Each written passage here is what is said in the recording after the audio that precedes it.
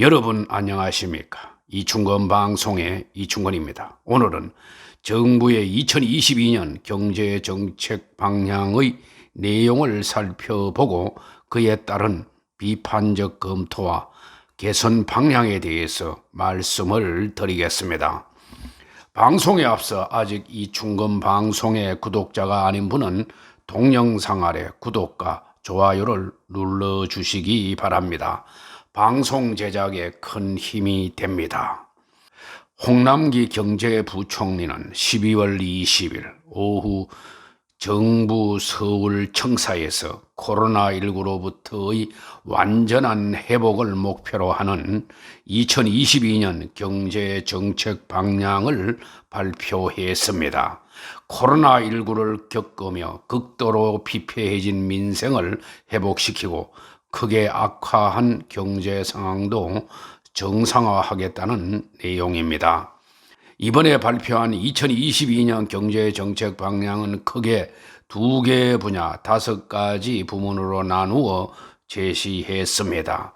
즉 위기를 넘어 안전한 경제 정상화를 위해서 첫째, 경제 정상 궤도로의 도약, 두 번째, 민생 경제 회복 본격화, 세 번째, 대내외 리스크 관리 강화 등으로 구분하여 제시했고, 선도형 경제 기반 공고하는 첫째, 차세대 성장 동력 보강과 둘째, 미래 도전 과제 선제 대응으로 분류 제시했습니다.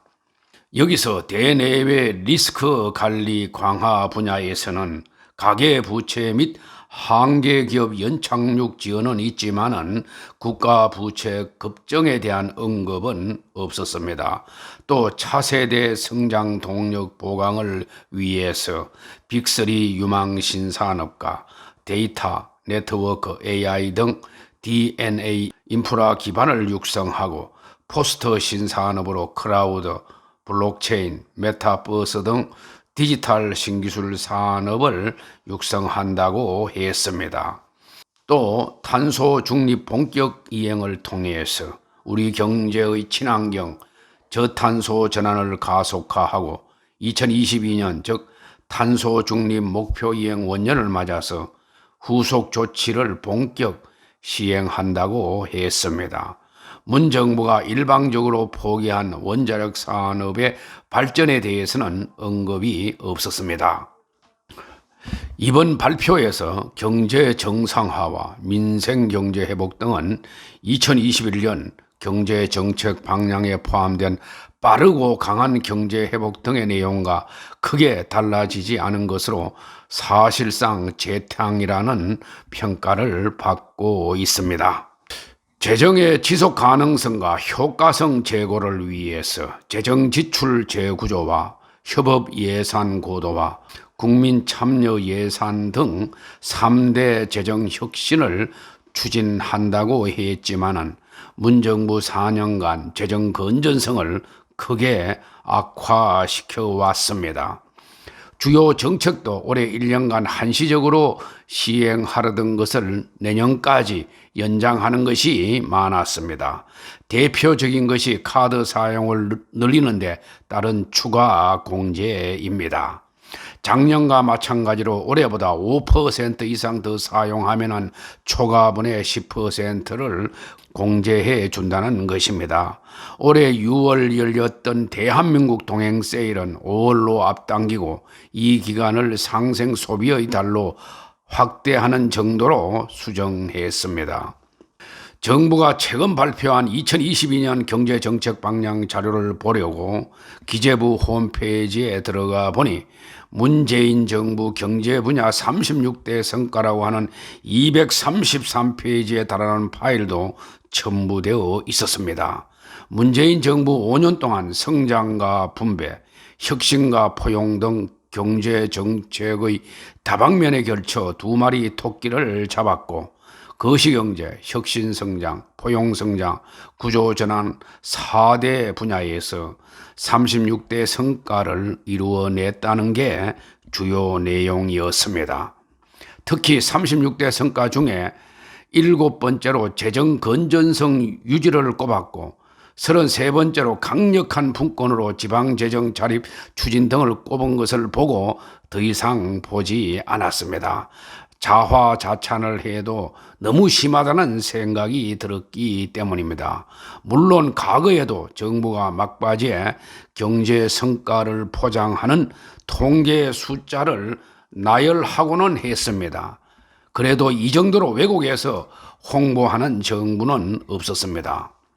아무튼 이번 대선 시점인 3월 9일과 새 정부 출범 5월 10일 일정을 고려한다면 이날 발표된 경제정책 방향의 유효기간은 길어야 3, 4개월에 그칠 가능성이 커졌습니다. 우리 경제의 지속 가능한 성장 측면에서 정부가 발표한 경제정책 방향에 대한 비판적 검토 내지 개선 방향을 제시하면 다음과 같습니다. 첫째, 내년에도 확장적 재정정책 기조를 유지하겠다고 하는 것은 문제가 있습니다. 재정의 지속 가능성 제고를 위한 재정 혁신과 재정 분권을 추진하겠다고 했는데 공허한 이야기인 것 같습니다. 그 이유는 문정부 들어 국가 채무 D1은 물론이고 국가 부채 D2도 급격하게 증가시켰기 때문입니다. 제가 국가 부채 문제에 대해서는 약 40여 차례 방송했으니 다른 회차 방송을 참고하길 바랍니다. 둘째, 역대 정부별 국가 채무 비율 D1의 증가폭을 분석해 본다면 노무현 정부 때는 약 7.7%포인트, 이명박 정부 때 4.0%포인트, 박근혜 정부 때 3.4%포인트에 불과했는데 문 정부는 국가 채무 비율이 취임 초 36.0%였던 것이 2021년 43.7%, 2022년 46.7%로 증가할 것으로 전망되어 무려 10.7%포인트나 증가시킬 전망입니다. 이명박 정부나 박근혜 정부보다 증가율 측면에서 2.5배나 3배 정도 더 높게 증가할 전망입니다. 이명박 정부나 박근혜 정부는 국가 부채를 안정적으로 관리하기 위해서 어느 정도 노력을 했습니다. 그러나 문 정부는 너무 방만하게 증가시키고 있습니다. 그나마 역대 정부는 국가 채무 비율이 낮은 상태에서 증가했지만 문재인 정부는 역대 정부가 마지노선이라고 여겼던 40% 선을 일방적으로 무너뜨리고 새롭게 60% 선을 제시하면서 크게 증가시키고 있는 것입니다. 따라서 문재인 정부는 국가 채무의 안정적 관리를 위한 방안을 적극적으로 검토해야 할 것입니다.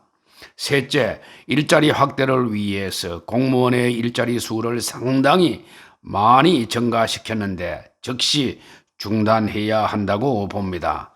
아무리 대통령 공약이라고 하더라도 잘못된 것은 과감히 시정해야 합니다.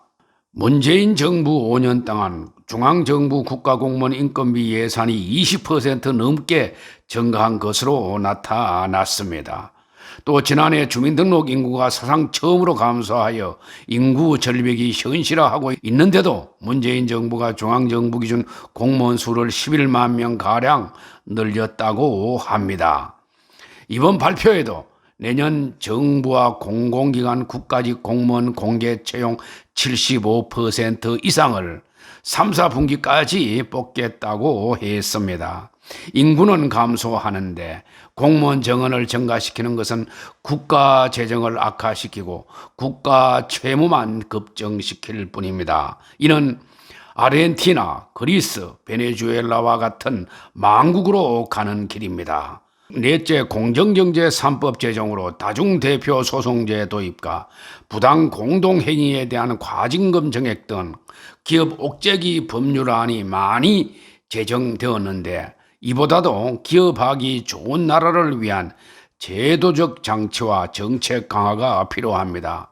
우리나라는 소규모 개방경제로 수출 정대 없이는 성장을 지속하기 어렵기 때문입니다. 다섯째, 부동산 정책의 실패를 인식하고 효율적이고 바람직한 대책을 수립하여 추진해야 할 것입니다.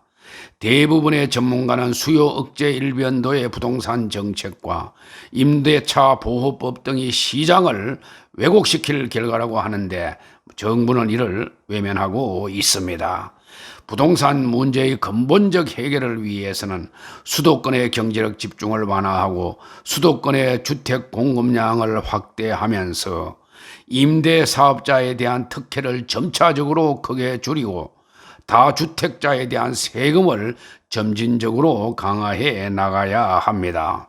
끝으로 문재인 정부는 다른 어떤 정부보다도 공정성장과 포용성장을 강조한 정부인데 대부분의 사람은 문 정부가 과거 정부보다 가장 불공정하고 내로남불이 심한 정부로 인식하고 있습니다.